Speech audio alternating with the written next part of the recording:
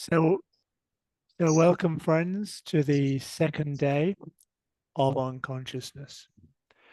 Before we start the session, let's just step back into a few moments of silence.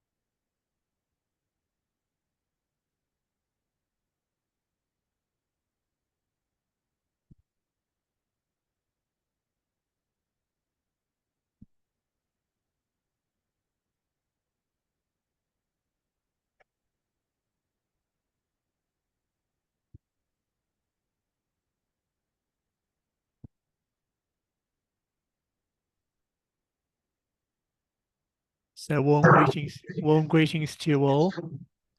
Now, the process of evolution is always preceded by the process of involution, the planting of the divine seed.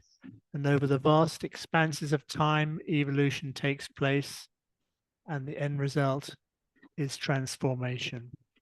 So I'm very much looking forward to this session, the involution of consciousness, the second session.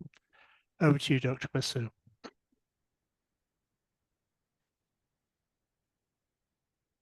Thank you.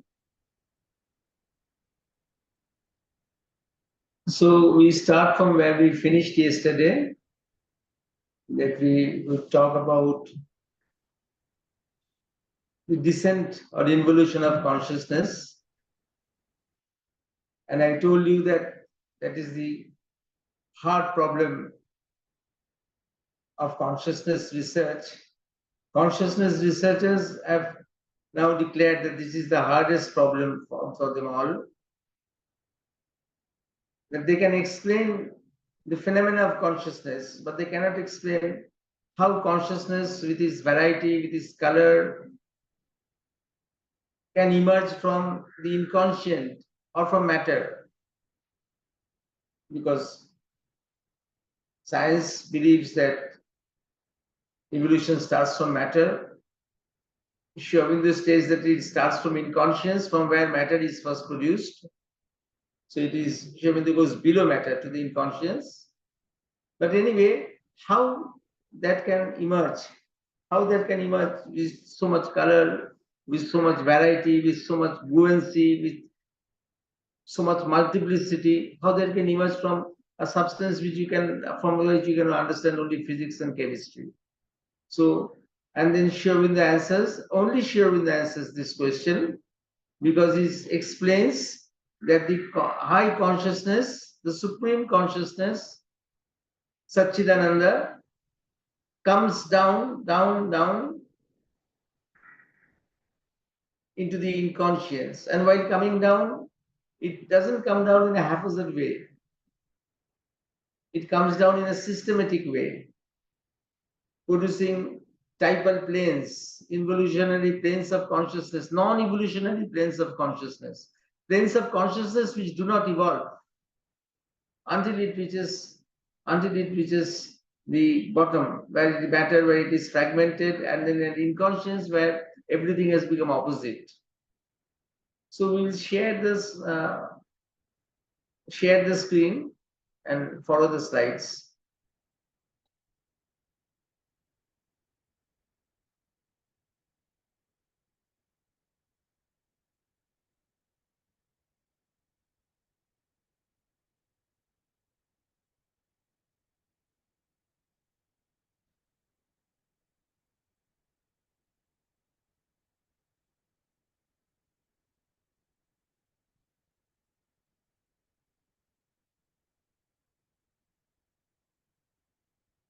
So this is the hard problem in consciousness research.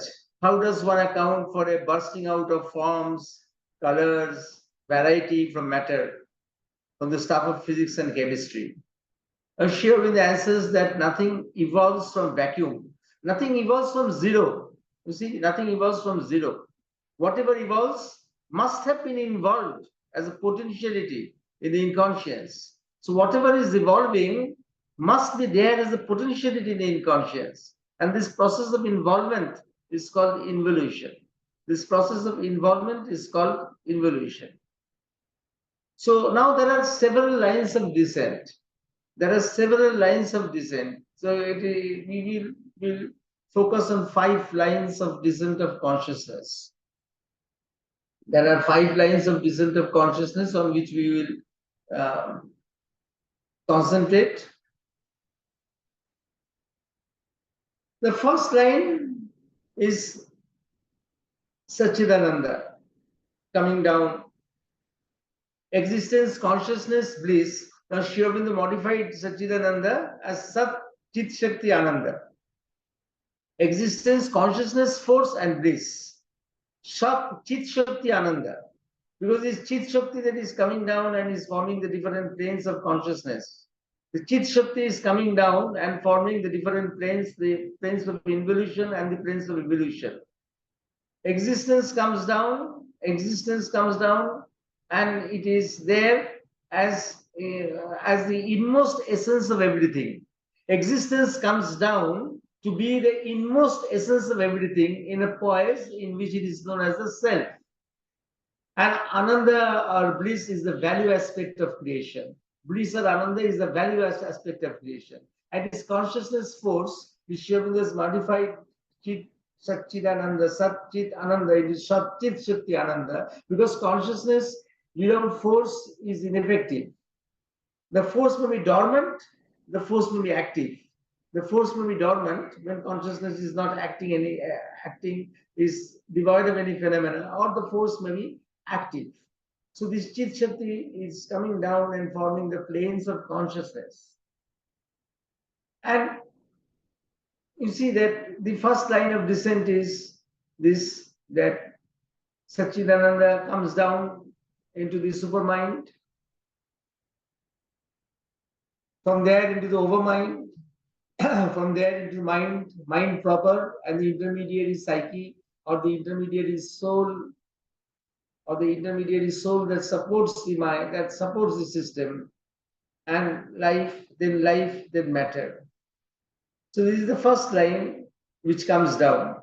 Satchidananda coming down, becoming supermind, then becoming overmind, then becoming mind, and with the intermediary psyche, and then life, and then matter. This is the first line of the descent.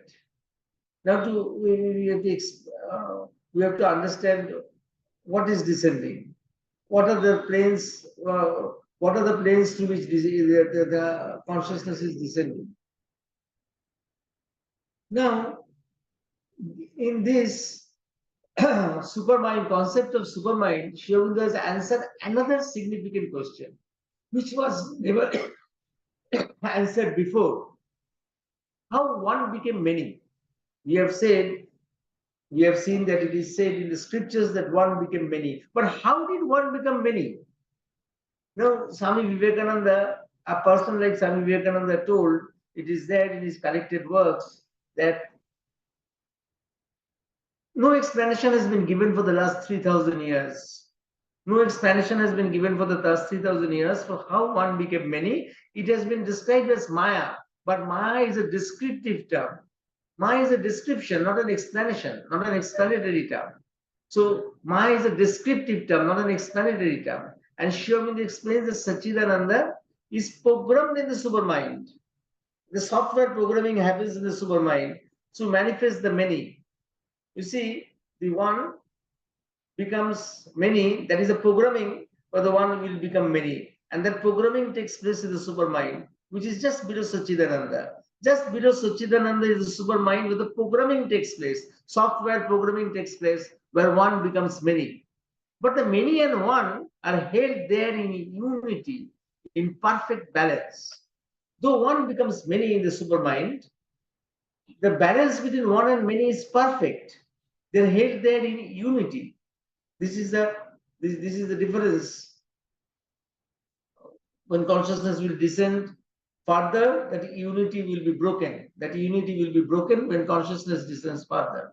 So we have this supermind, which is a software programming center, where the one Satchidananda becomes many, and the many and one are held together in unity, in perfect balance. In the overmind, the perfect balance between the one and the many is disturbed. In the overmind is the next level. The plane of gods. Overmind is the plane of the gods. Well, of course, why it is named as the plane of the gods will come to some other dawn or some other day will come on there, because today will get deflected. But for this descent, you have to understand that the perfect balance between one and many is disturbed. There is no unity. Unity is disturbed, but they are in harmony as complementaries. One and many are in harmony as complementaries, not in absolute unity, not in perfect unity. The many comes forward, but the unity supports it as an immanent Godhead. The many comes forward. So in the overmind, the many comes forward, but the unity supports it from behind as an immanent Godhead.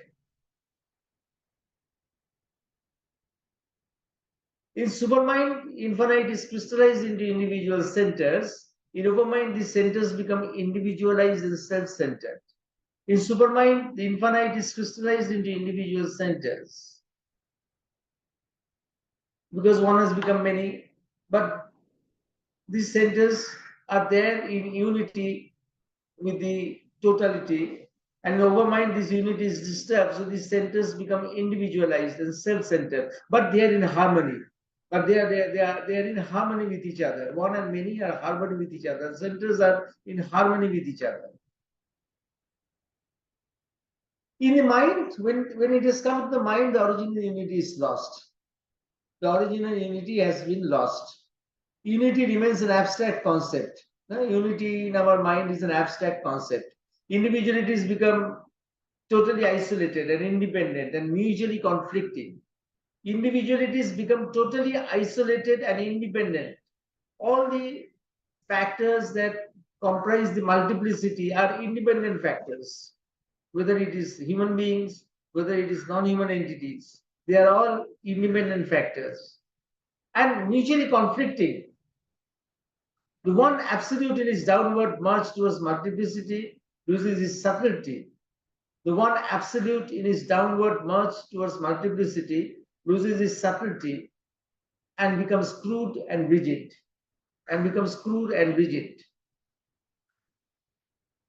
Between the overmind and mind are intuition, illumined mind, and higher mind, powers of overmind working in the mind. So that it is not a straight jump between the overmind and the mind. It is not a straight jump. The process will take place to different planes, to the plane of intuition, to the plane of illumined mind, to the plane of the higher mind, powers of the overmind working in the mind. We'll come to this on Friday. We'll discuss all these things: intuition, illumined mind, and higher mind. Next to mind comes life, with a narrower concentration upon one's separate existence. Passion, desire, hunger arise here. Next to mind comes life. So next to mind comes life with a narrower concentration upon one's separate existence. Passion, desire, hunger arise here. Life has three levels. The center of emotion up at the level of the heart, then there is the higher vital, there is the lower vital. The lower vital is the center of petty desires. The higher vital is the center of high ambitions, of high passion. And consciousness reaches matter finally, where it is totally pulverized, disintegrated, fragmented. So at the level of matter, it has been totally pulverized, disintegrated, fragmented. And the supreme will becomes a mechanized drive. Mechanized drive, right? It is the mechanized drive which you see in the atom, in the electron. The electrons rotate around the orbit. They have to rotate. There is an incipient knowledge there that rotation is a must. If the electrons decide not to rotate, if the electrons decide tomorrow not to rotate, what will happen to creation? But it doesn't happen because the supreme will is still there, but it has become a mechanized drive. And finally comes the inconscience. Now all these different levels are planes, are involutionary planes of consciousness. All these levels are involutionary planes of consciousness. So the supermind is one plane of consciousness. Below is overmind is another plane of consciousness. Below that, the illumined mind, the intuition, illumined mind, the higher mind, different planes of consciousness. Then mind is another plane of consciousness. Vital, the center of emotion, higher vital, and the lower vital are different planes of consciousness, and ultimately matter is another different plane of consciousness. So all are different planes, and these planes are involutionary planes of consciousness. They do not evolve. They are non-evolutionary planes. Remember, they are non-evolutionary planes of consciousness. Non-evolutionary planes. They do not evolve. So second lines of descent, second line, that involutionary planes are formed of different planes of consciousness. Now, during evolution, each plane will descend into matter. For example, at the first, when we start, for example, we start with matter. Suddenly there is life energy in matter. How is it possible? How is it possible that matter is animated by life energy? Inanimate matter becomes animate. How is it possible? Because from the involutionary plane of the life energy descends into matter. If life energy didn't descend into matter, matter would not have been able to be animate. It would have remained inanimate. So matter, only with matter, you cannot produce anything in the laboratory. Only with matter. Life has come from the life energy, plane of life energy. It has come, it has invaded the plane of matter. It has infiltrated the plane of matter, and that is why matter becomes animate. Now, in that plane of matter which has been animated by life energy, then mind comes. Mind, something from the involutionary plane of mind descends. So there is always a constant descent going on from the involutionary planes to make the evolution possible.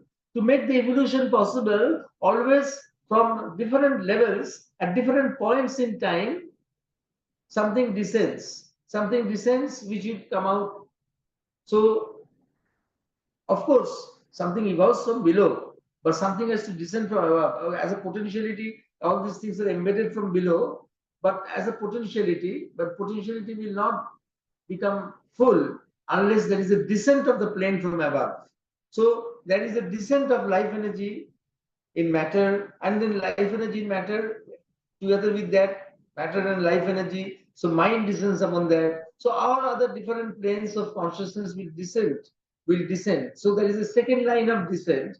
So there is a second line of descent. The first line produces the involutionary planes. The second line, each involutionary plane descends at every level of evolution to produce a new understanding, a new wave.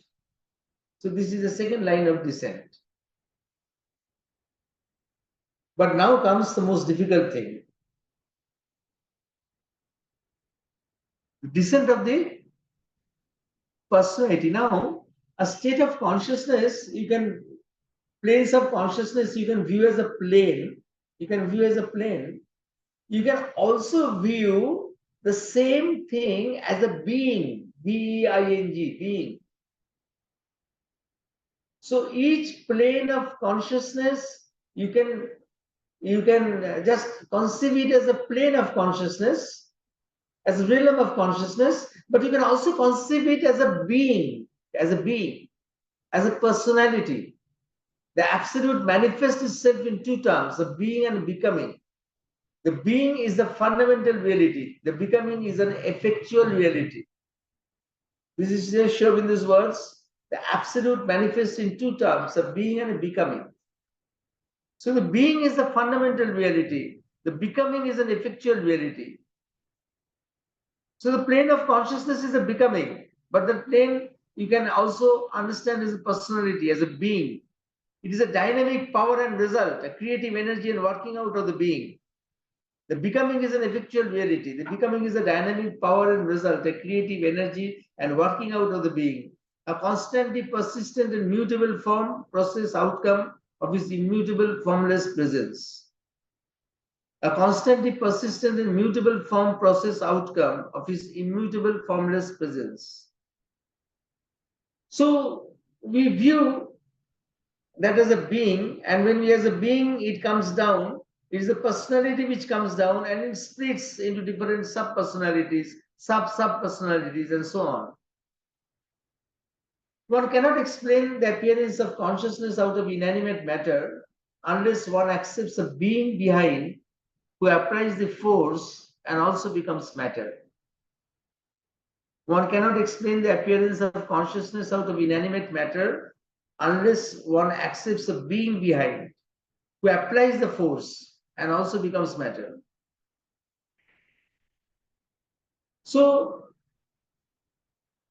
in the Supreme Being, Satchidananda, the Purushottam, it comes down to the supermind as the first personalities occur in the supermind. The first personalities appear in the supermind. Purusha Prakriti becomes Sid realities, Ishwar and Ishwari. Ishwar and Ishwari. So Purush Prakriti becomes Sid realities, and Sri Aurobindo identified that Ishwar and Ishwari, Ishwar as having the qualities of the personalities of Mahavir, of Balaram, of Pradyumna, of Aniruddha.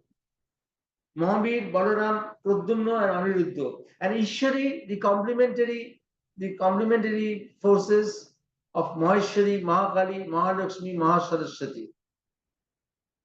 So, in the supermind, the Purush Prakriti, above the supermind, Satchidananda is the Purushottam. And then the Purushottam comes down into the supermind as the Purush Prakriti Bayun energy becomes Sid realities of Ishvara and Ishwari. Now, this is Mahavir. Mahavir has the qualities of the Brahman, Balaram has the qualities of the Kshatriya, Pradyumna has the Vaishya, Aniruddha of the Shudra, but not in that sense, in the qualitative sense of knowledge, of action, of mutuality, of service. So these are the first personalities that emerge from the supermind. Supermind is the first place where the first personalities emerge. And then the corresponding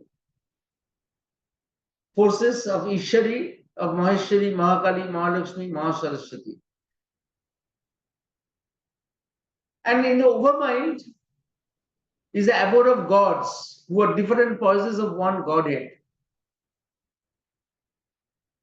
Overmind becomes the abode of gods who are different poises of one Godhead. One Godhead of one supreme unity, it is presiding over many sub-unities. It is presiding over many sub-unities, and each sub-unity is controlled by a force, and that force is a lesser God or an overmind God. So that is actually one God who is expressed as many gods. It is one God, one Godhead who is expressed as many gods. So the many gods doesn't mean that actually we believe in many gods. We believe in one Godhead, which is expressing itself through many archetypal realities. And these archetypal realities are the archetype I am not using in the Jungian sense. I am using in a higher sense of archetypal realities in the overmind. And these realities are represented by by images of gods or concept of gods, and all these are secondary to the unitary Godhead.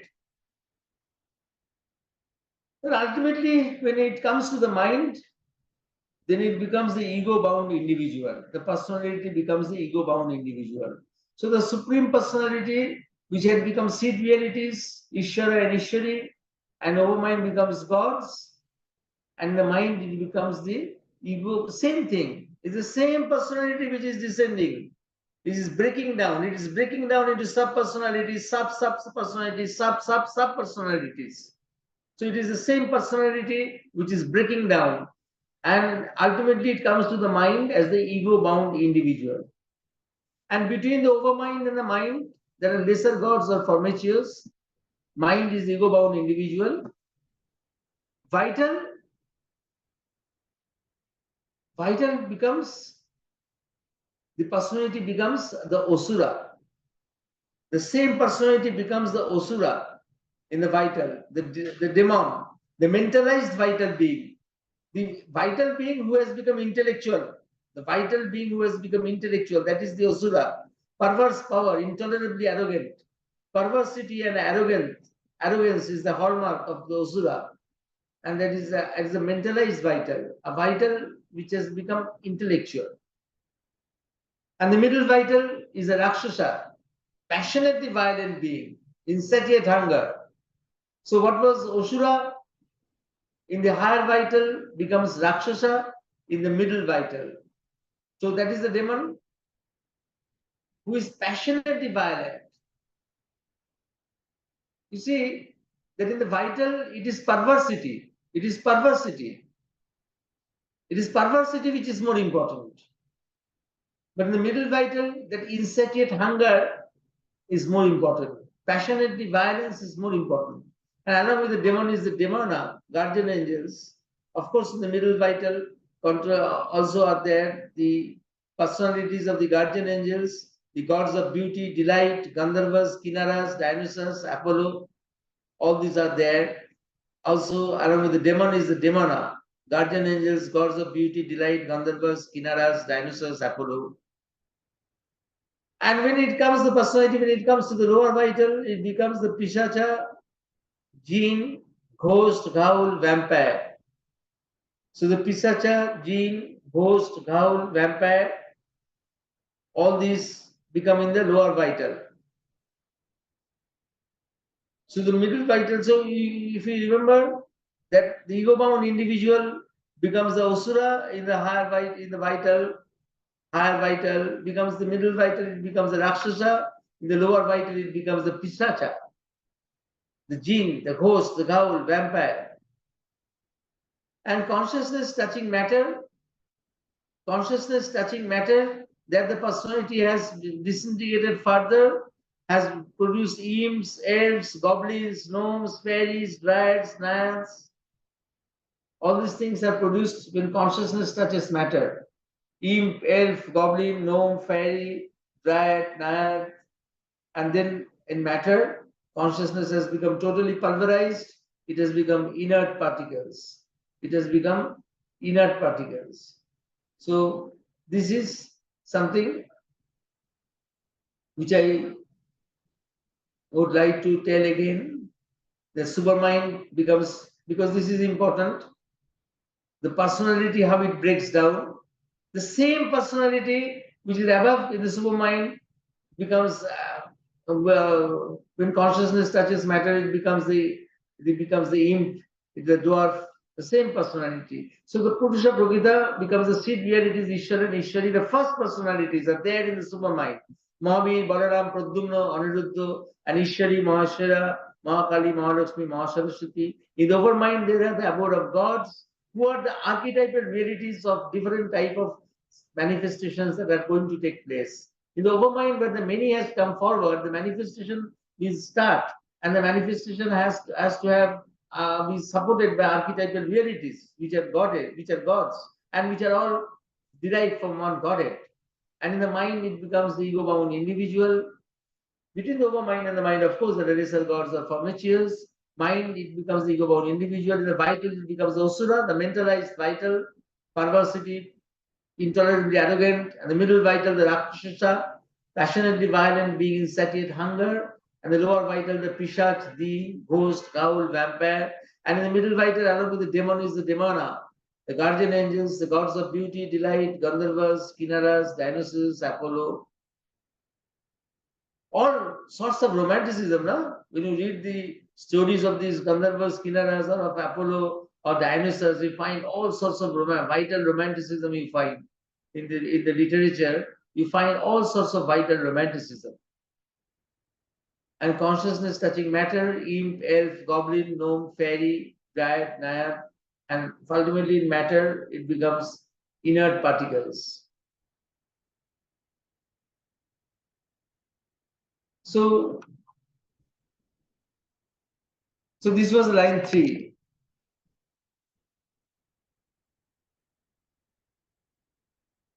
Now, so lines of descent of consciousness, the line 4. The Jivatma descends into the manifestation of the triple complex of mind, life, and body and stands behind as a psychic being or soul principle in the 4th dimension. This is the line 4th line. The Jivatma descends into the manifestation of the triple complex of mind, life, and body and stands behind as a psychic being or soul principle in the 4th dimension. Now, the Jivatma descends into the manifestation. What does that mean? The Jivatma has been produced from the overmind. The Jivatma produced from the overmind and comes into the cosmic consciousness. And it is there. Now, what do you think? Jivatma is single or multiple? Jivatma, the Atma or the soul, is it single or multiple? Single. Single. So everybody has got everybody's Jivatma is single, but everybody's Jivatma is different. Actually, it is both single and multiple. It is like the curtain of your window. The curtain has got many folds. The curtain has got many folds. The Jivatma is like that curtain with many folds. Each fold appears to be separate, but each fold is actually connected with the other fold. That is why in India we say that everybody's Atma is the same. Why everybody's Atma is the same? Because the Jivatma is the same. If Jivatma is the same, but again it is different. Again it is different because it is like the fold of the curtain. The curtain is one, but the folds are different. The folds are different, and each fold of the curtain is one Jivatma which is supporting one individual. And this Jivatma is outside the manifestation. It is outside the manifestation. It is not in the manifestation. It is outside the manifestation. It descends as a psychic being into the manifestation. Now this is the difference. That into the manifestation, into the soul space of the manifestation, it descends as a psychic being or soul principle, but of course it is also in the 4th dimension, but it is descending in the manifestation. So psychic being is the evolving soul or the evolving soul in the manifestation. Otherwise soul, the Jivatma is non-evolving. The Jivatma is non-evolving. It has come from the overmind into the cosmic consciousness. It has come from the overmind into the cosmic consciousness. And from the cosmic consciousness, it is there present as multiple folds of a curtain, and each fold supports an individual. Each fold supports an individual, and from each fold, a psychic being comes down into the manifestation. Now, naturally, there is a difference in perception of the psychic being and the Jivatma. The psychic being contains our intensest moments of our life, and it is the center of beauty, and the center of light, center of our intensest emotions.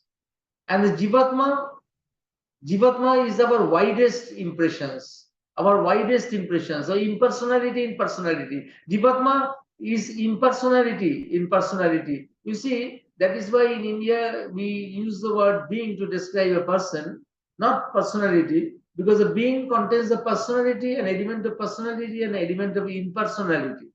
A being contains an element of personality and a dimension of impersonality. So Jivatma is containing the dimension of impersonality and wideness. It is wide. It is all the widest experiences that you have, they belong to the Jivatma. And the intensest experiences you have, they belong to the psychic being. psychic being contains our intensest experiences, and the Jivatma contains our widest experience. So there is a difference in experiencing both the Jivatma and the psychic being. But the psychic being comes down from the Jivatma into the manifestation. In evolution, the psychic being, the psychic element grows until it becomes a personality, it becomes a psychic being. That is a different thing, we'll talk about that. But this is the fourth line. So now the fifth line is the divine descends in an embodied form in the fullness of consciousness as the avatara or incarnation. Divine descends as the avatara or incarnation. The divine descends in an embodied form in the fullness of consciousness as the avatara or the incarnation.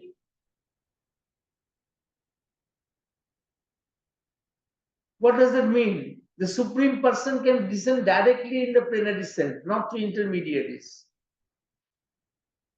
So long we have seen that the Supreme Person became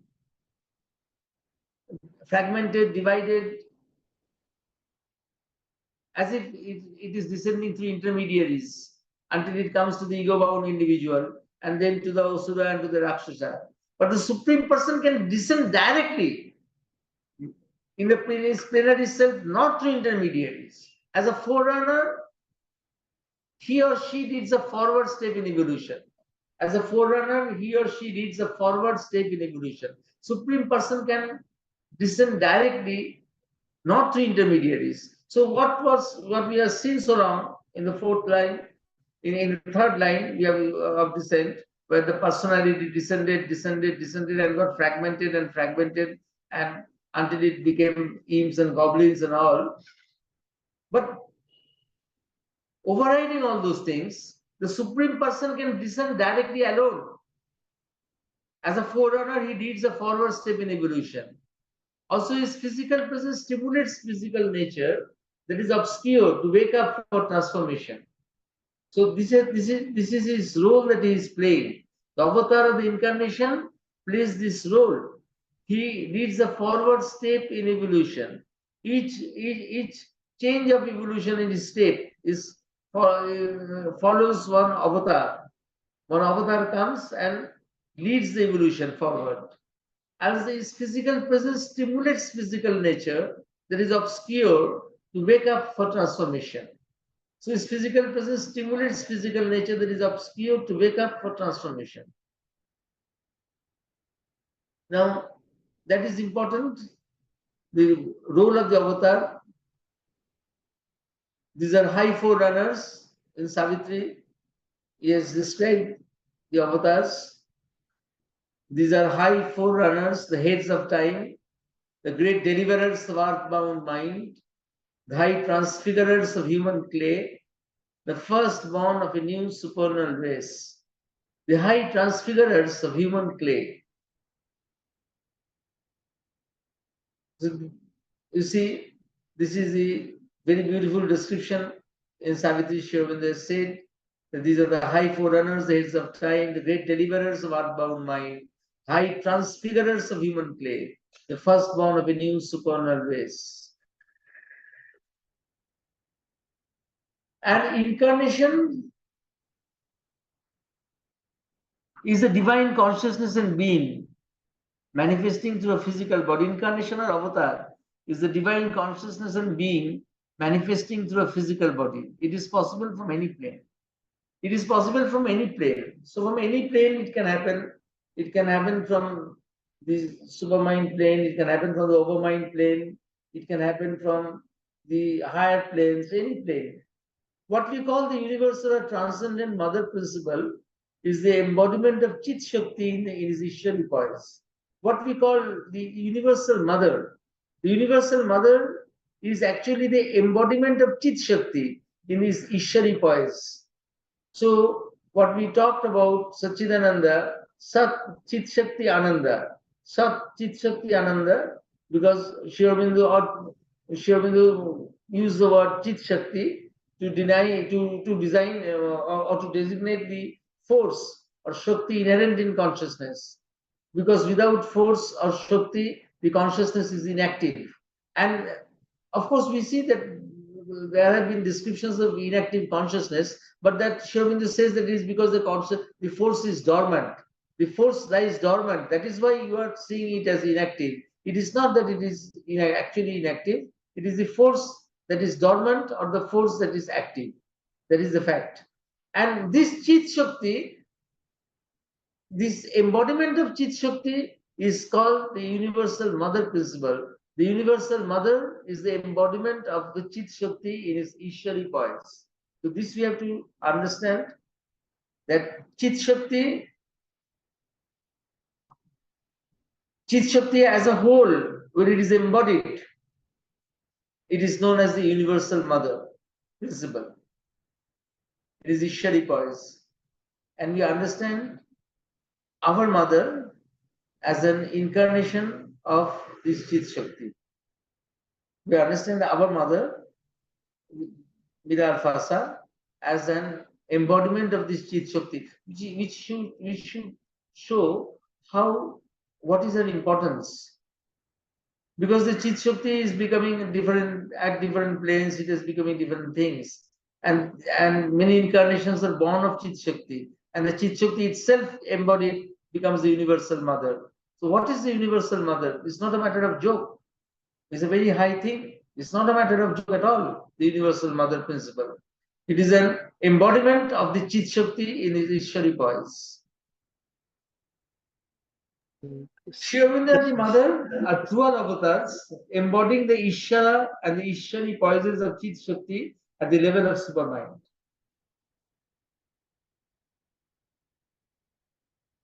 Sri Aurobindo and the mother are dual avatars, embodying the Ishvara and Ishwari poises of Chit Shakti at the level of supermind. Their mission is the establishment of the supramental in earth consciousness.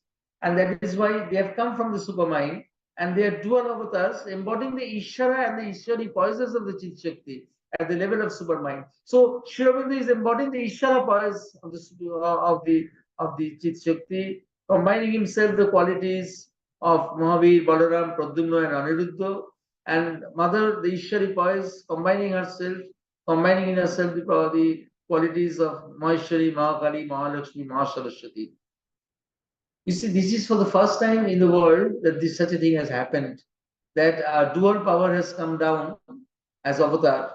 As dual power has come down as avatar, we have to understand this significance.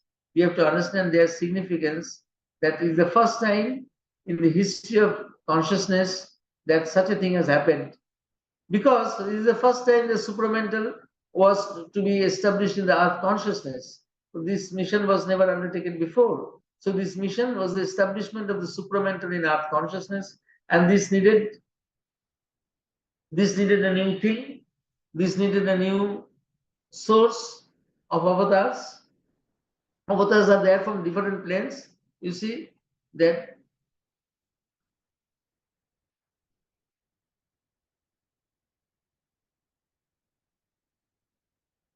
the avatars are from the incarnation can come from any plane.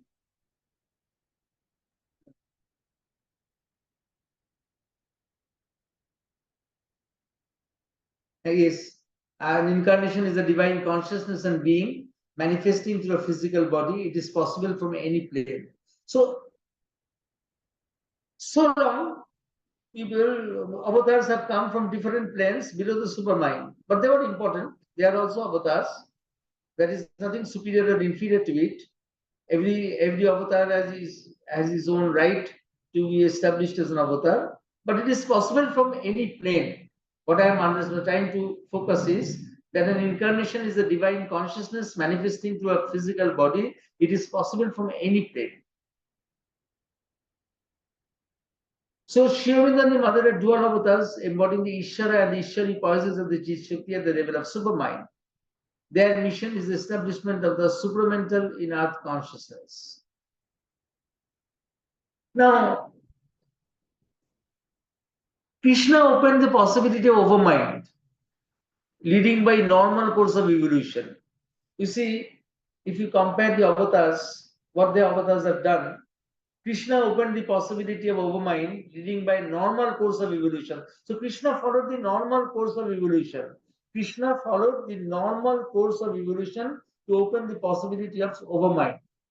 Rama consolidated the ethical poise in the mind proper to sattvic, civilized human being, governing life by reason, finer emotions, moral ideals.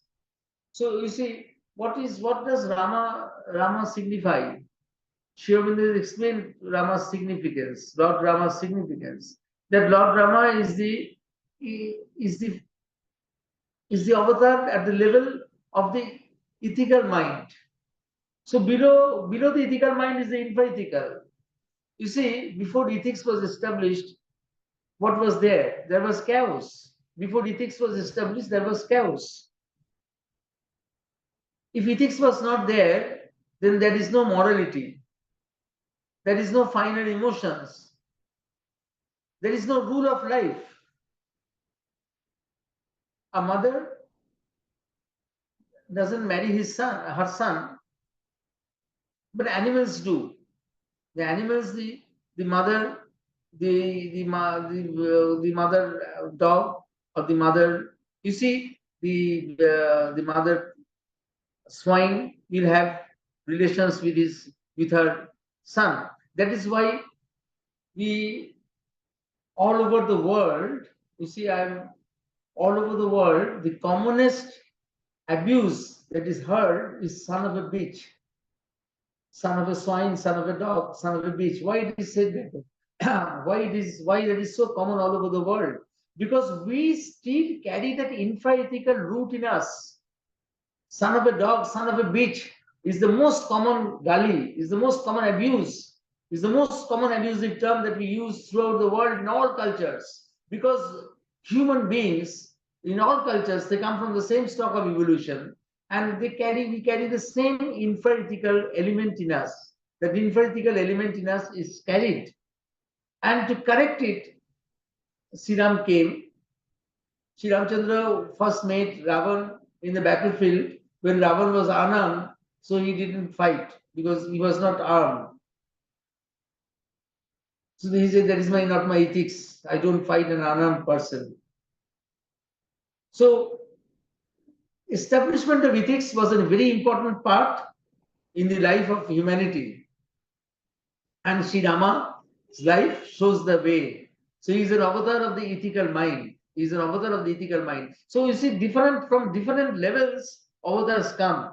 And they are necessary at every plane of evolution. So at first, Rama's level was necessary. The ethical mind was necessary. If the ethical mind was not consolidated, then living life by reason, finer emotions, moral ideals would not have been possible. So Rama's life was necessary. And then Shri Krishna comes and opens the overmind possibility. Shri Krishna comes and opens the overmind possibility. Overmind, which is above the ethical mind. Again, that doesn't mean that one is lower or one is higher as avatar. Nothing of that sort.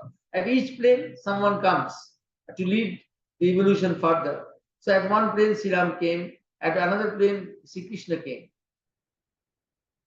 Now, in the middle, because they are following the line of evolution. You see, Sri Ramchandra and Sri Krishna are following the line of evolution, But Buddha and Shankara, they digressed from the line of evolution for some other purpose. So left from mind to a featureless absolute, Buddha and Shankara left from mind to a featureless absolute in their own ways, by overleaping other stages and ignored the dynamic side of liberation. Buddha and Shankara left from mind to a featureless absolute, so they didn't follow the line of evolution. They left the line of evolution, to jump into the void, into the great void, or the featureless absolute. Featureless absolute. You see, featureless. Mind the word, featureless absolute, or the great void, in their own ways. In their own way, Shankara did it his own way, and Buddha did it in his own way. Different ways, but the goal was the same, to jump into the void. One void talking about Brahma, other void talking about Nirvana, but it is the same void. So it was a digression from the line of evolution, but they are also doing an avataric work, but they left from the mind to a featureless absolute in their own ways by overleaping other stages and ignored the dynamic side of liberation. But Mother and Sri Aurobindo, they again came back and they restored that line of evolution. Mother and Sri Aurobindo restored that line of evolution in the avataric work.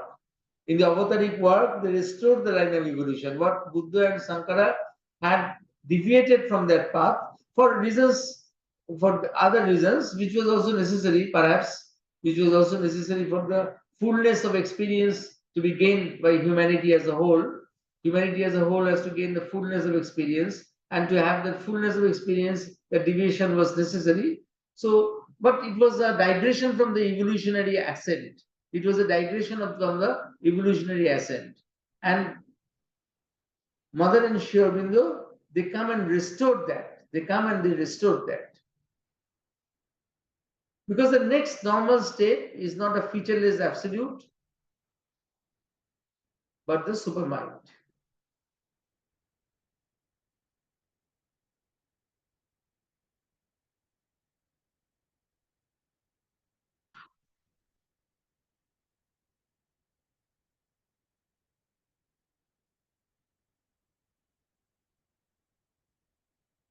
So I'll stop the screen share and come back to talking.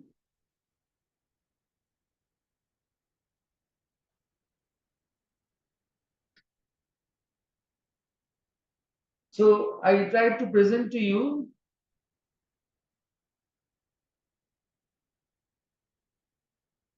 the involution of the descent of consciousness, and which is a very comprehensive thing, which I told in a very short way. If you're interested in literature, then Nolinikanta Gupta's, who was the foremost disciple of Sri Aurobindo and the mother, his article, Lines of Descent of the Consciousness. Lines of Descent of the Consciousness is available. I think it is also available on the internet. Lines of Descent of the Consciousness. Lines of Descent, and this is a wonderful article. I think it is one of his best articles ever written. One of the best articles ever written on Sri Aurobindo by an Aurobindoite is the Lines of Descent of Consciousness, and you can go through it.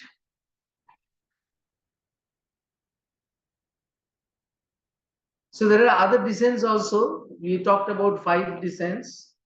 There are other descents also, which may make matters more complicated. So I'll not go into it. But what we have said is enough comprehensive, and I would now answer the questions. Before, what is nascent? Nascent is nascent and inconscience are the same thing. Nascent and inconscience are the same thing. Can we categorize the saints, fakirs, sadhus, nagas, babas, etc. in such categories? In what categories, Sundarda?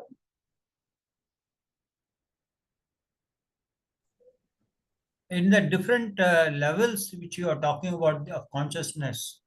Of course, we can we can categorize everybody in the earth according to that category. So also Asuras and Rakshasas in that category. At which level is our heart? Heart is at the level of the higher emotional level, on the highest vital.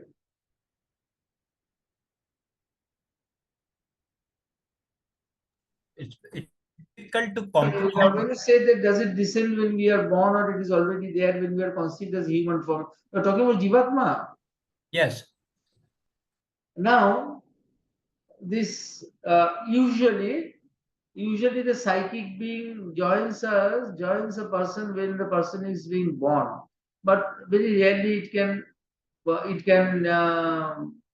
descend before being born.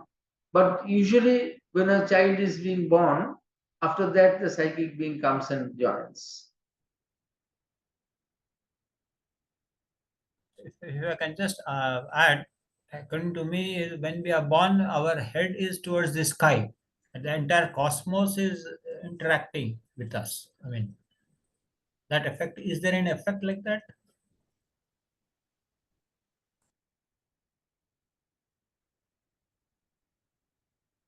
Now, I do not know, but many children are born with buttocks first. Children are born with buttocks first also. But that is a symbolical way of saying it. That Yes. when a child is born, that is a symbolical way of saying it. Thank you.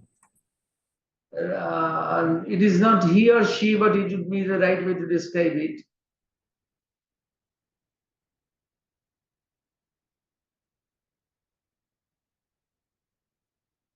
Dr. Which one? Basu, Yes, could I ask a question, please? yes, yes. You have said that the Jivatma collects the widest experience and the psychic being collects the most intense experience. Could you explain, please, the widest experience? What do you mean by widest experience? Thank you. Yes. Wideness means, by wideness I mean the limitlessness of the cosmic experience. You see, when you have the experience of the cosmic consciousness, or you have experience of something supracosmic, the experience comes as a very wide base, of an endless feature, of an endless base. And it is something very wide. It is something very, what do you call, it is something which is reaching out to infinity. That type of experience which is reaching out to infinity, that I'm talking about wide experiences. And those experiences are there, they come to the Jivatma. But the psychic being, for the psychic being, it is the most intense experiences of life. Psychic being records only the most intensest experiences of life, and experiences of joy, experiences of love, experiences of beauty, and intensest experiences. And there in the Jivatma, these intense experiences don't count. It is the limitlessness, it is the infinite experiences that count. Thank you. Acha, Ramdan has said this, that it is not he or she, but what do you mean by this? But it?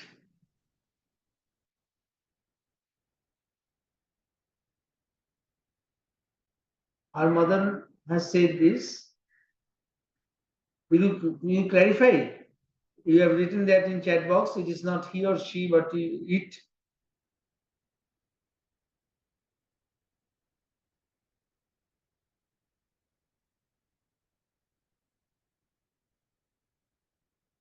So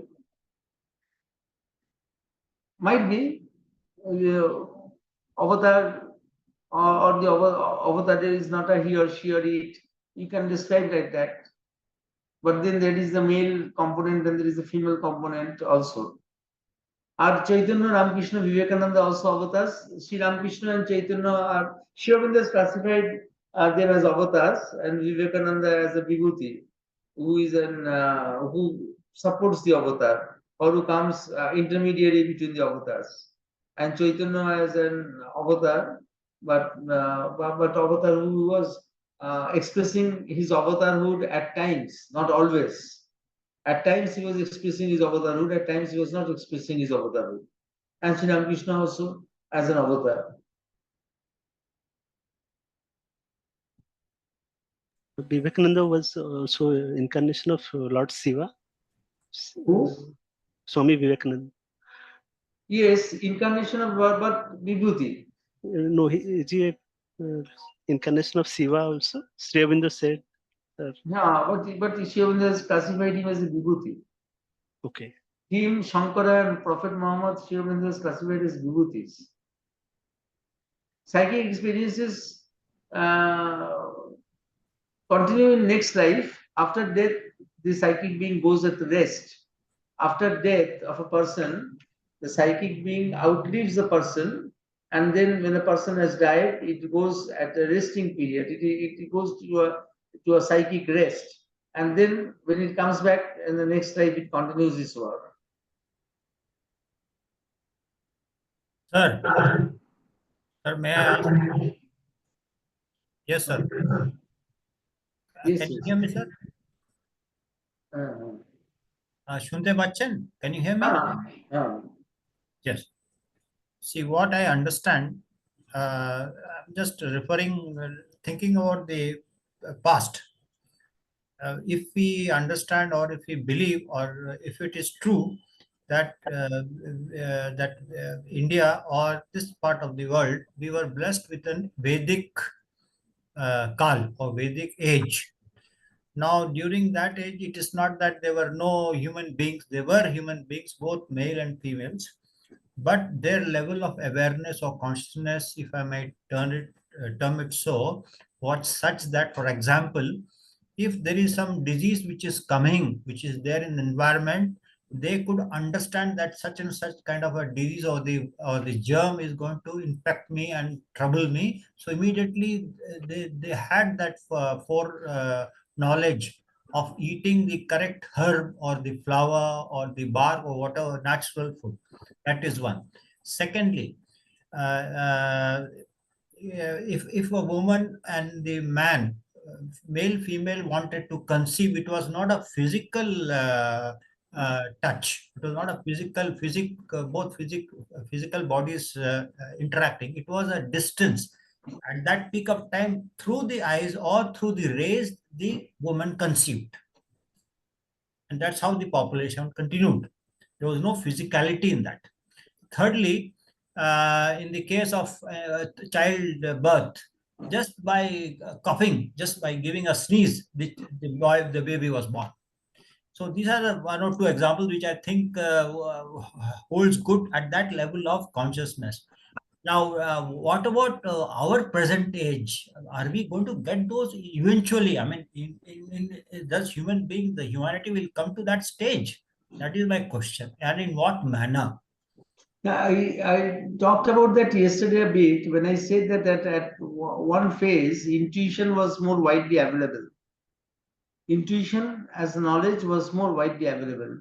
That is why we could give so beautiful names, hundreds and thousands of names to different flowers, to different mountains, to rivers, to birds. And today we have to rummage the Google to see a name if a child is born in a family. So that time the intuition was there, and that intuition had to recede at one time. The intuition during the Vedic age that was there, that had to recede at one time so that rationality develops. And otherwise man will become superstitious. So now that intuition has to come in a different way. So some of the things that you told, I don't know whether it is a general thing, whether that child being born without the physical touch, whether it is general or whether it is exceptional. It could have been exceptional. It must not be general. It must have been exceptional if it happened. So, but intuition was more available during that time. For example, as you said, that infection they could understand and they could take some herbs so to prevent infection. So all these things, while intuition was more widely available, but intuition had to recede so that rationality develops. Until reason develops, then mankind would have fallen prey to superstitions. And now, over this rationality, we have to bring intuition in a new mode.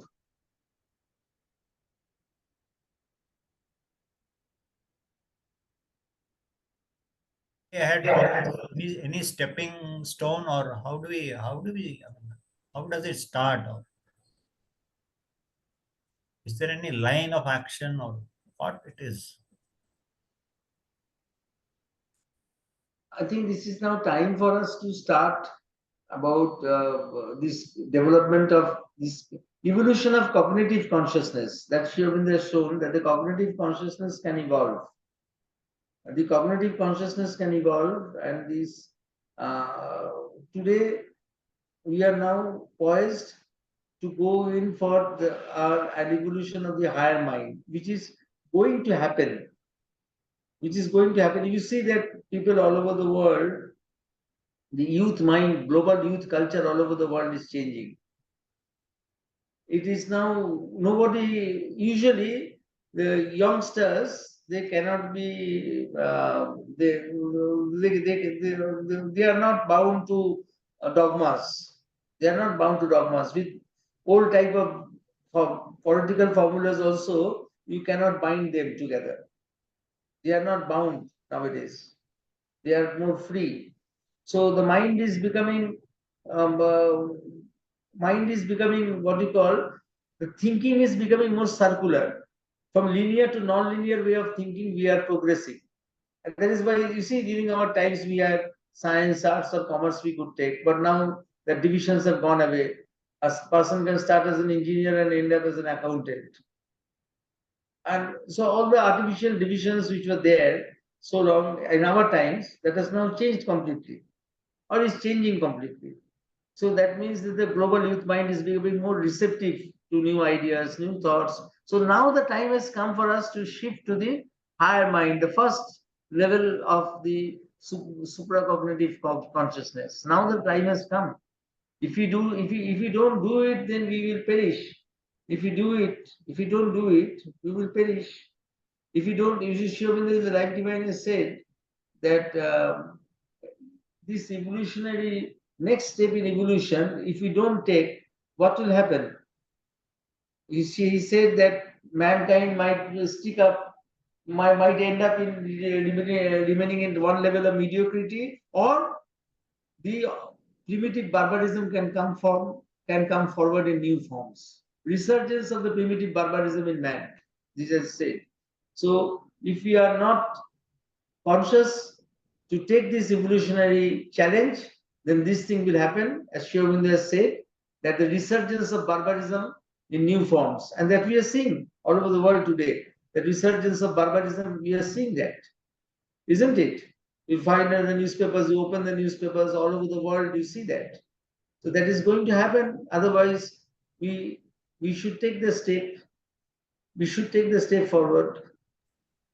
Any particular step you can suggest for I us? think that the first step is to go to the higher mind. First, to think about the result to start with children in school.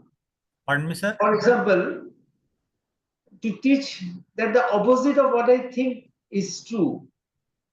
Opposite of what I think is true is the first step. So I say that if you organize a debate competition in school and you have a child talking for the motion and another child talking against the motion, instead of that, you can also have a child, same child speaking for the motion and against the motion.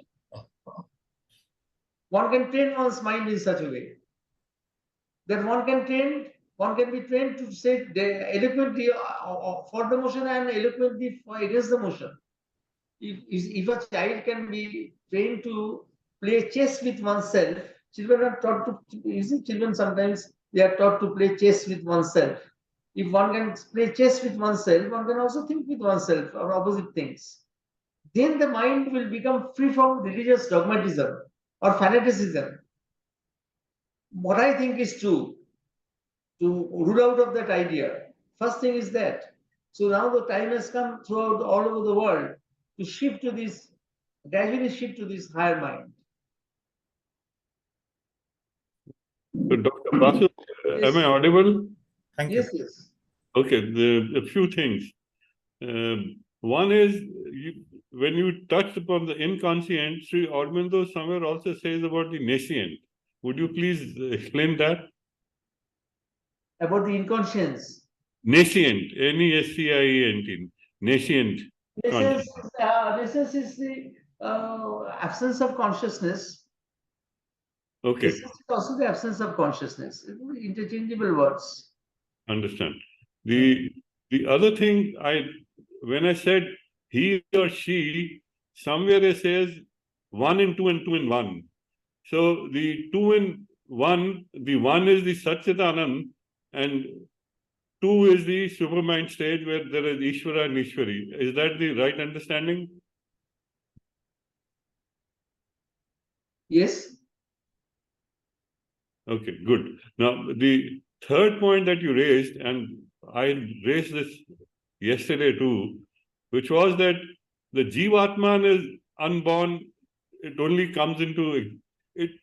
It is behind the psychic being. Is that the right understanding? Okay. The Jivatman, when you said it gains the wideness of the experience, while the psychic gains the intensity of the experience. And the intensity of the experience normally does not go with, after the birth is over, it's the wideness of the experience which continues when the next birth comes. Is that the right way to understand? That intensity can come in a flash. Okay. It can come in a remembrance of a flash remembrance. It can come. Understand. So now I'm going to say something which might be hearsay, but please bear with me. Why avatarhood at all? If everything is divine's plan, as the mother says, does that mean that even avatarhood is in the divine plan of things? Everything is in the divine plan.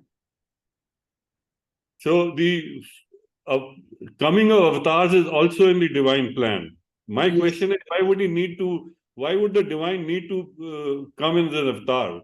Why wouldn't he? I'm not saying that he should have a magic wand and change everything, but why this specific methodology of having avatars, descending down and evolving avatars?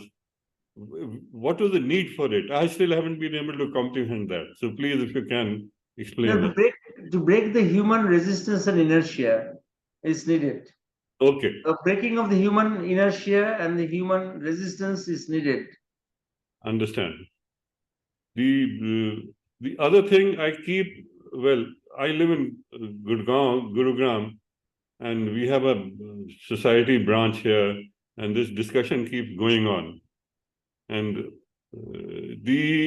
while amongst the people who believe in Sri Aurobindo and the Mother are their followers, the concept of understanding of their being avatars is quite clear.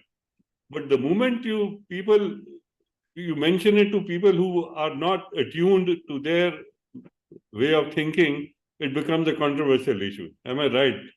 That's what I've... Yes, because they are not known. It is lack of, because we don't propaganda, we don't talk about it.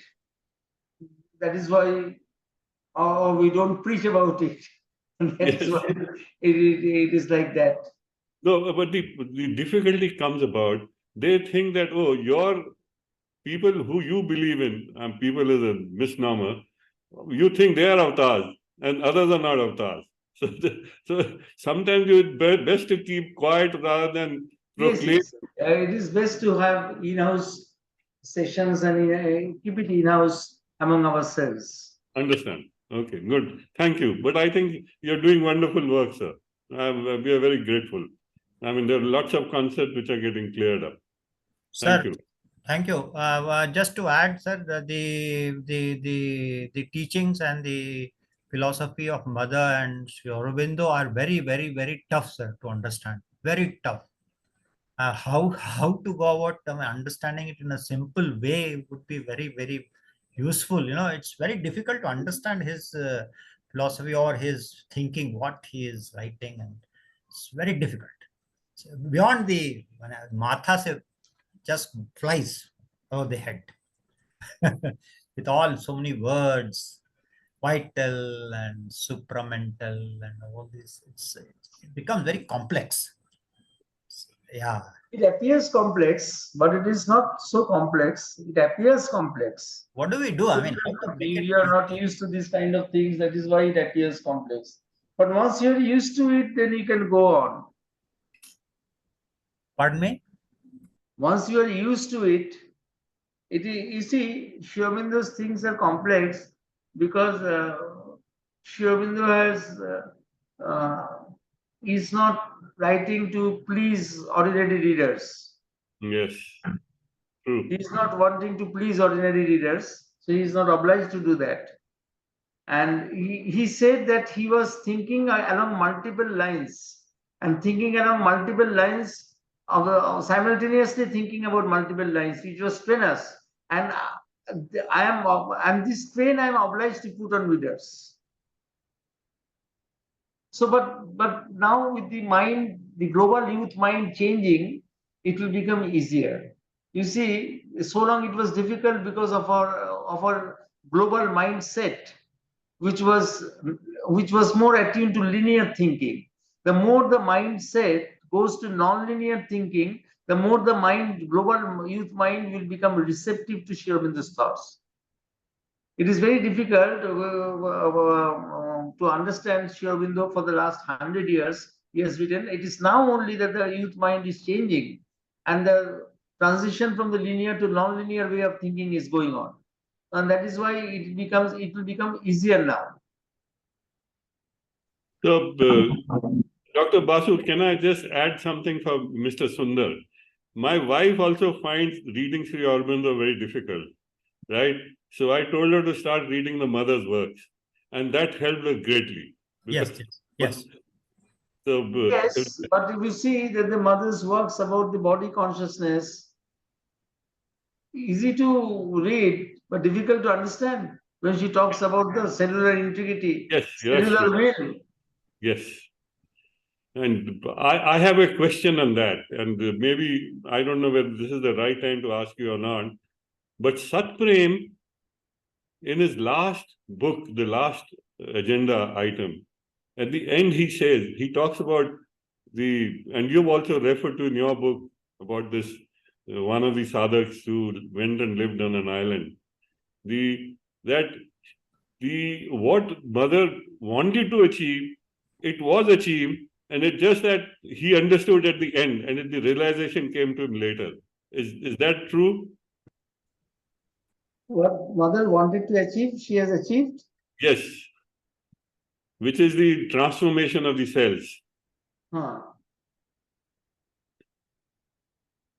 And so for mother achieved it. So for mother's works, we cannot say anything. We have to take whatever she tells for granted. That's right. So, no, if you read that agenda, the agenda 13th book, initially raises a doubt whether it happened or not. But then it seems at the last few pages, he mentioned that realization, he had the experience when mother told him in a vision of whichever way that yes, the transformation of the cells had been achieved. She said it positively. At least his experience was positive to that effect. His mother has said it and we have to accept it. Yes, that's right. I thought maybe you might probably want to throw some light, but that's fine. Good. Thank you. Sir, where does this... can I ask the question, please? Yeah, Sundarji, please go ahead. Just where does this journey of, this consciousness which you're talking about start? And then secondly, two questions about the present. I hear a lot about mind being conditioned. So these two things, can you kindly explain? Journey of consciousness starts when one becomes aware. Actually, it starts from birth. The consciousness already but we become conscious of the consciousness. That is different thing. We become conscious of the consciousness trying to work out. That is a different thing. That we have to become conscious of it. Consciousness is doing its work from birth, but we are not conscious of it. It is done unconsciously. And what was the second question? About conditioning of the mind. What?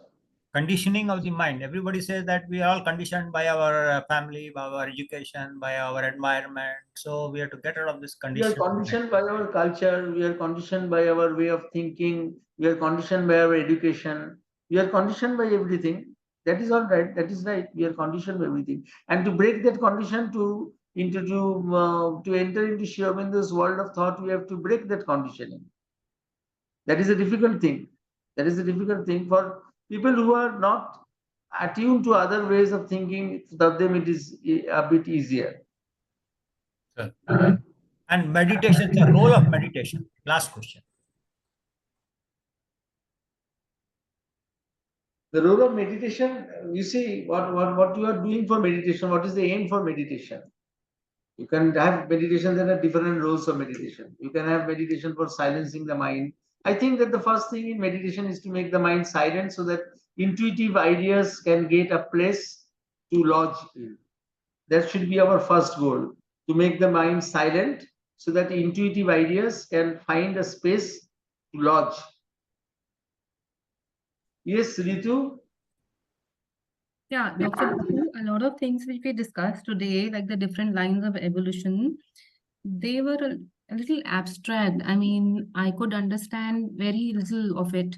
But when you spoke about the different lines of descent of personality, so if we talk about ourselves, where would we be? At the vital stage or the mind stage? We are usually predominantly vital. So vital, Human you beings said are is, predominantly at the vital stage.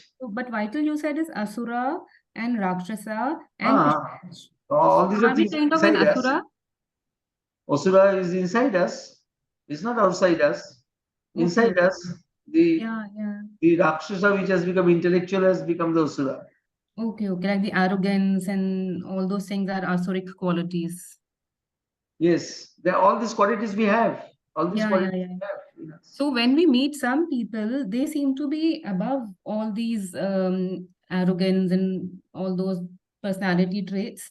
So they would have reached the mind state or the overmind state.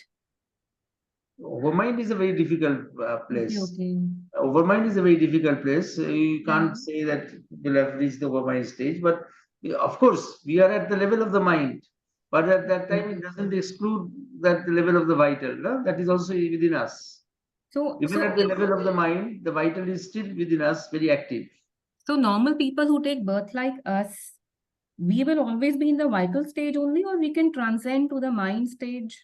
No, we can transcend to the mind stage. We are at the mind stage, but the vital is very strong in us. Right. And another question, like you said that in the process of birthing, the Jivatma comes in. And so when does the psychic being comes in? Because psychic being, you said, goes for sleep after a person dies for a long time, it goes for sleep.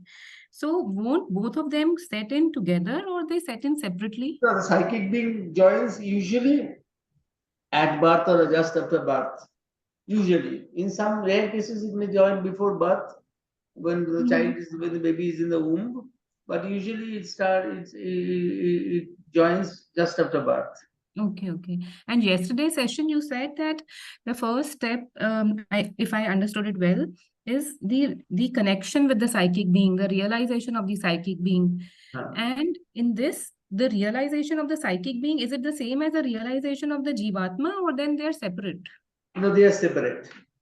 They are separate. We will have a session where we experience the psychic being. Okay, great. Thank you so much. Dr. Basu, one request would be, because I think Ritu's question just struck me, that maybe we need more clarification on the higher mind and its qualities as to what are its attributes, so that we'll talk about it. We'll talk about it. Okay, good. Yeah, thank you. Yes, Mr. Patel. Mr. Pankaj Patel. Yeah, sir, my question is See, we have the education systems, which is actually the derived after the industrial revolutions, and the Western thinkers. Just repeat what you said. No. We have the education systems in our country and rest of the world. Basically, we are emphasizing on the teaching, readings, and mathematical capability. But we are ignoring the extreme priority is in our education, science, engineering, maths, and technology. So they are the priority of our educations in our current world. So does this priority leads to the chaos and because the people's Aurobindo has the literatures, arts, and all these great thinkers, because they come before the industrial revolutions and they study the Vedas and literatures. But nowadays we are only focusing on the science and engineering and that part of the education. So we are losing the harmony, means the integrity in the education. So how we can change this scenario in India and in the rest of the world? Because it's only the conceptual intellect. What you are saying is correct. That is why Aurobindo talked about the right hand and the left hand parts of the Indian system, the Bam Marga and the Dakkin Marga, and which is corresponding to the brain hemispheres. So the left brain is the practical brain, the mathematical brain, the scientific brain, but the right brain is the aesthetic brain, the creative brain. So what we are doing is we are developing one brain at the cost of the other. We are not developing two brains together. The brain is functioning as if they are functionally there. We have two brains within us. One is the aesthetic and the creative brain, and one is the pragmatic brain. So the pragmatic brain we are developing, and the aesthetic brain we are not developing, and that is a great fault, and that is one of the reasons of the disharmony that you see all over the world. But things have started changing. Now you see that more and more students they are opting to go for example, instead of science, directly science subjects that fall between the two, between the right and the left hand, like psychology. The students are wanting to study. More students are going for psychology nowadays. So the things will change. It is not going to remain the same throughout.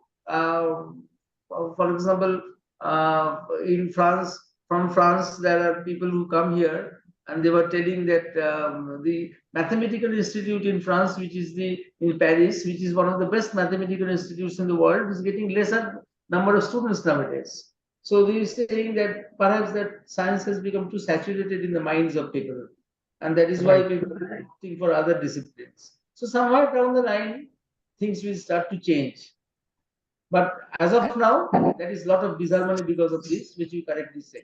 Yeah, and one more things in the early age educations, because when the child is actually age of the 3 to 9 years old, there is the Sangeet for All institutes, which running the music program to introduce the music to the kids, because you know we are ignoring the learning of the music in our curriculums. So developing the animate intellect in the child, the music is the one of the key factors, and we have the rich heritage of Indian classical musics, and yeah. So I think yeah, we should teach not the reading alphabet, but identifying the notes and the musics in early age, so they will develop their animate intellect. Like in our ashram, in the kindergarten in our ashram, that senior musicians play to the kindergarten children, and the kindergarten children all sit and listen very nicely, very intently, very carefully they listen. So their ears are trained in that way. Yeah, so I would like to read this paragraph from the Spitz of Capra. It is about the training of the ear, emphasis of the ear sense, listening, compared to the your eye sense. So what he said in the book, The World is Sound, that he argued that the past several years, the Western culture has overemphasis seeing and neglecting the listening. Therefore, the current change of paradigms includes the author has essential shift of emphasis from ear to the eye to the ear.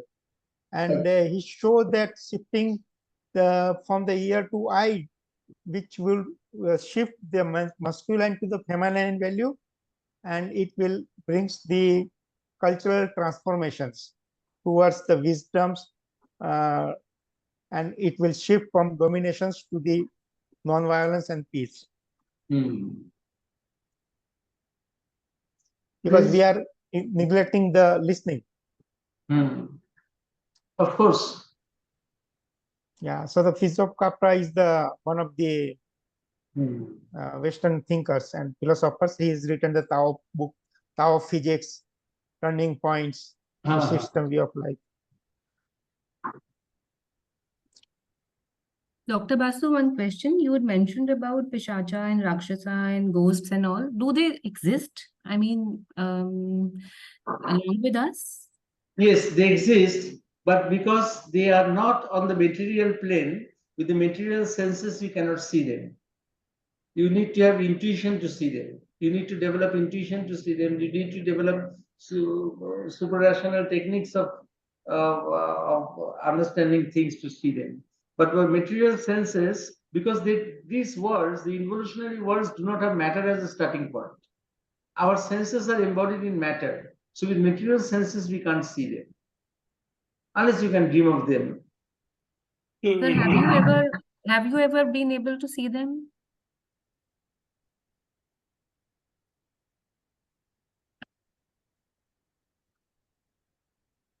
This question I will not answer. Okay, doctor, this begs a question. If they exist, and which you say they do, is ignorance better than actually trying to find out whether they exist or not? My question is this.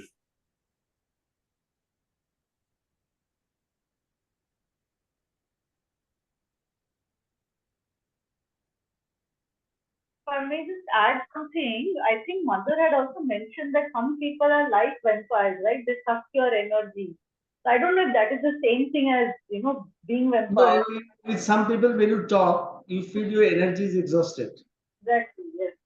So they have that vampire-like. So what Ritu is saying, if you can't see them, you can feel them also. It's not matter that you can always see them, but you can feel them. For example, what Ketki said, that for some people, when you talk to them, you feel that your energy is exhausted. Or as a doctor, as a psychiatrist, I have gone to houses to see patients, and the moment I entered the house, there was a great darkness. There was very negative things, negative atmosphere was sucked in. And in that houses, that people committed suicides, or people committed people were always chronically ill, chronic patients, chronic mental patients, which are very difficult to understand. And but then these houses also, that the moment I entered, the moment I felt that I was feeling uneasy, sleepy, it was very dark, although there was light. So like that, you can always feel. I think that example is also there in your book. I think Michael had one example you had given about one patient you were dealing with, right? That he had seen the dark spot around him. I think in your book he had that example. So I think, yeah, that is written down. So if you want to read that book, that might be useful. So Ritu, you could read my book where there is a chapter on occultism, which has real case studies on occultism. Yeah, I'll do that. Dr. Basu, I have one question regarding, you mentioned that the Supreme Self Supreme Person can descend directly in plenary self and not through intermediaries. So plenary self means what is Aurobindo and Mother are direct descendant into this, or can you explain on? Yes, they are directly descended with their full powers. Plenary self is with the full power, the totipotent powers they have descended.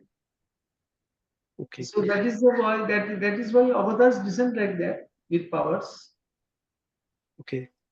So there is one more thing that you mentioned about the overmind. So where the perfect balance between the one and many gets disturbed. So and that unity does not remain because it will become individualized, self-centered. So overmind level, a lot of gods are present. So are we talking about them also? There are a difference between the different gods, and are you also living in that world right now? Because there are so many gods and the fighting goes on between different religions. Yes, I will explain that. I will explain that when I talk about the overmind. Okay. This is an important question, but I will. But just now for today's talk, you just focus on the overmind, having the many and the one, with the many being focused more than the one. Okay. Thank you, sir. Thank you. Thank you so much, sir. Thank you. Thank you. I think, James, it is you time so for much, us. sir. James, it is time for us to wind up. Yeah, sure. I've been on mobile for the last half an hour. No internet here. So yeah, but listening very avidly actually to the dialogue and the questions and answers is very interesting, fascinating. So Yes. very good to hear. Thank you. Thank you so So much. thank you everyone. Thank for you so participating. much. Thank you. Thank you, everyone. Thank you very much for participating in this session, and we'll see you again tomorrow. Bye, everyone. James, would we get the Zoom videos for our records later, or they'll just disappear after 2 days? You get the recordings in a folder.